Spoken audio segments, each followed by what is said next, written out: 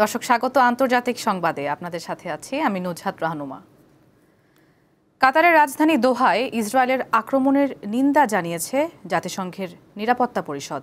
সেই সঙ্গে উত্তেজনা প্রশমনের আহ্বান জানিয়ে বৃহস্পতিবার জরুরিভাবে আয়োজিত বৈঠকে পরিষদের ১৫ সদস্য সর্বসম্মতভাবে একটি বিবৃতি প্রকাশ করেছে। গুরুত্বপূর্ণ নিরাপত্তা পরিষদের ১৫টি সদস্য রাষ্ট্রের মধ্যে ইসরায়েলের ঘনিষ্ঠ মিত্র যুক্তরাষ্ট্রও এই বিবৃতির সঙ্গে ঐকমত্য জানায়। তবে বিবৃতিতে সরাসরি ইসরায়েলের নাম উল্লেখ করা হয়নি। এতে গাজায় যুদ্ধ বন্ধ ও জিম্মি মুক্তির বিষয়েও চাপ প্রয়োগ করা হয়। এর আগে মঙ্গলবার কাতারের রাজধানী দোহায় হামাস নেতাদের অবস্থান লক্ষ্য করে বিমান হামলা চালায় ইসরায়েল। এতে প্রাণ যায় কমপক্ষে ৬ জনের।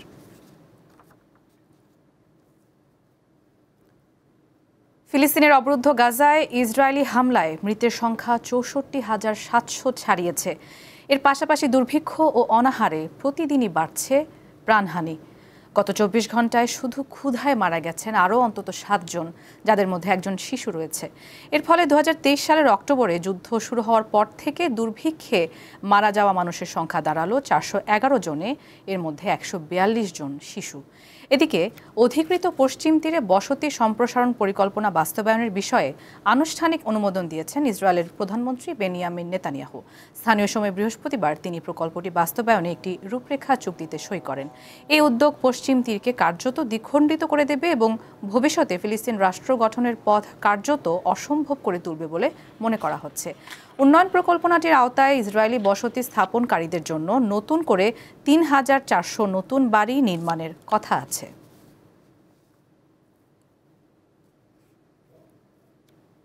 যুক্তরাষ্ট্রের রক্ষণশীল সমাজকর্মী চার্লি কার্কের সন্দেহভাজন হত্যাকারীর ছবি ও ভিডিও প্রকাশ করেছেন তদন্তকারী কর্মকর্তারা।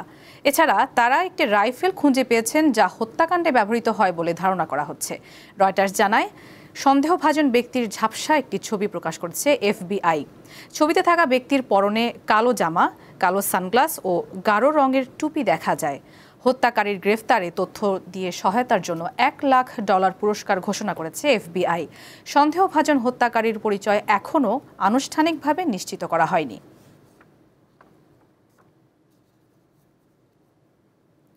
যুক্তরাষ্ট্রের মহাকাশ গবেষণা সংস্থা নাসা তাদের কর্মসূচিতে বৈধ ভিসা থাকার পরও চীনা নাগরিকদের কাজ করা বন্ধ করেছে। বিবিসি জানিয়েছে, ৫ সেপ্টেম্বর চীনা নাগরিকরা জানতে পারেন তারা আর নাসার কোনো সিস্টেম বা স্থাপনায় প্রবেশাধিকার পাবেন না। এর আগে এই চীনারা নাসার কর্মী হিসেবে না হলেও ঠিকাদার বা গবেষণা সহকারী হিসেবে কাজে অংশ নিতে পারতেন। সংস্থাটি জানিয়েছে, চীনা নাগরিকদের নাসার বিভিন্ন স্থাপনা, সরঞ্জাম ও নেটওয়ার্কে প্রবেশাধিকারের উপর বিধিনিষেধ আরোপ করা হয়েছে। নাসার কাজের নিরাপত্তা রক্ষার স্বার্থেই এই পদক্ষেপ নেওয়া হয়েছে। আন্তর্জাতিক মহাকাশ স্টেশন ISS থেকে এরই মধ্যে চীনা নভোচারীদের বাদ দেওয়া হয়েছে।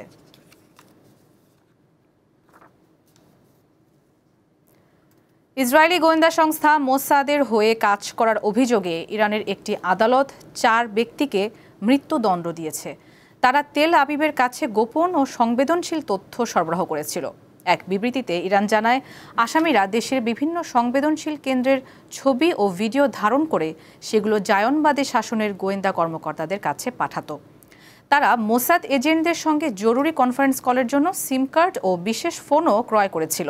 এছাড়াও এই ৪ জন রাজধানী তেহরান সহ উরুমিয়া ও ইস্পাহানের বিভিন্ন শহরে বিস্ফোরণ ও অগ্নিসংযোগে জড়িত। চক্রটি ইরানের সামরিক ঘাঁটি ও গুরুত্বপূর্ণ স্থাপনা চিহ্নিতকরণে জড়িত ছিল এবং এসব কার্যকলাপের বিনিময়ে তারা ইসরায়েলি সেনাবাহিনীর কাছ থেকে ক্রিপ্টোকারেন্সির মাধ্যমে অর্থ পেত। নেপালের রাজধানী কাঠমান্ডু সহ ভক্তপুর ও লাতিপুরে নিষেধাজ্ঞামূলক আদেশ জারি করা হয়েছে। শুক্রবার বেলা ১১টা থেকে বিকেল ৫টা পর্যন্ত এ আদেশ জারি থাকবে। এক বিবৃতিতে এ আদেশ জারি করেছে দেশটির সেনাবাহিনী। রয়টার্স জানিয়েছে, এছাড়া শুক্রবার সন্ধ্যা ৭টা থেকে পরের দিন শনিবার ভোর ৬টা পর্যন্ত নেপাল জুড়ে কারফিউ জারি থাকবে। রাজনৈতিক অস্থিরতার মধ্যে নেপালে পর্যটকদের জন্য একটি বাস পরিষেবা চালু করা হয়েছে। দেশটির বেসরকারি সংস্থা ও সেনাবাহিনীর তত্ত্বাবধানে এসব কাজ পরিচালনা করা হবে।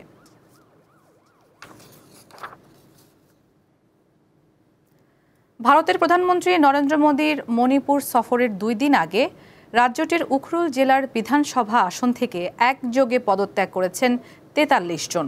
এদের মধ্যে রয়েছেন বিজেপির বিভিন্ন স্তরের নেতাকর্মী। তাদের অভিযোগ, দলে গ্রামীণ নেতৃত্বকে গুরুত্ব দেওয়া হয় না, পাশাপাশি যোগাযোগ ও সমন্বয়ের অভাব তৈরি হয়েছে। তাই তারা জনগণের জন্য আলাদা পথে কাজ করতে চান বলে উল্লেখ করেন। জাতিগত সহিংসতার পর আগামী রোববার প্রধানমন্ত্রী মোদি প্রথমবারের মতো মণিপুর সফরে যাচ্ছেন। এ সময় তিনি চূড়াচাঁদপুর ও ইম্ফল থেকে বেশ কিছু প্রকল্পের উদ্বোধন করবেন। রাজ্যের বিজেপি নেতাদের দাবি, ইস্তফা দেওয়া ব্যক্তিরা আগেই দলবিরোধী কর্মকাণ্ডে জড়িত ছিল।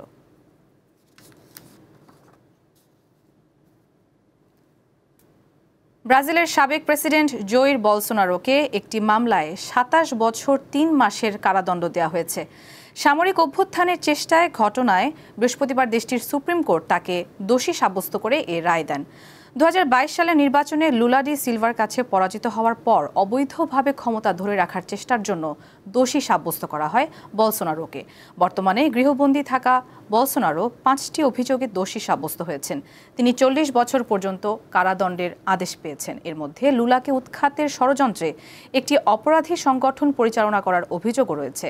এছাড়া ব্রাজিলের ইলেকট্রনিক ভোটিং সিস্টেম সম্পর্কে ভিত্তিহীন দাবি ছড়িয়ে দেওয়ার জন্য ব্রাজিলের শীর্ষ নির্বাচনী আদালত তাকে 2030 সাল পর্যন্ত নির্বাচনের প্রতিদ্বন্দ্বিতা করতে নিষেধাজ্ঞা দিলেও বলসোনারো 2026 সালে প্রতিদ্বন্দ্বিতা করবেন বলে জানিয়েছেন। বলসোনারোর পাশাপাশি সাবেক মন্ত্রী ও সামরিক প্রধানেরা সহ আরও 7 জন তার সঙ্গে ষড়যন্ত্রের মামলায় দোষী সাব্যস্ত হন।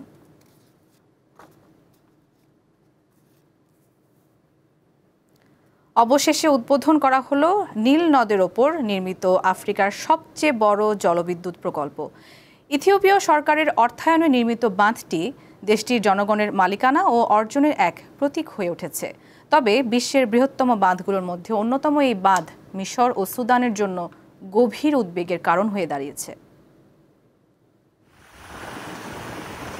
দীর্ঘ 1 দশকের বেশি সময় ধরে কূটনৈতিক অঙ্গনে মিশরকে টেক্কা দেওয়ার পর ইথিওপিয়া অবশেষে নীল নদের একটি উপনদীতে নিয়ন্ত্রণ পেল।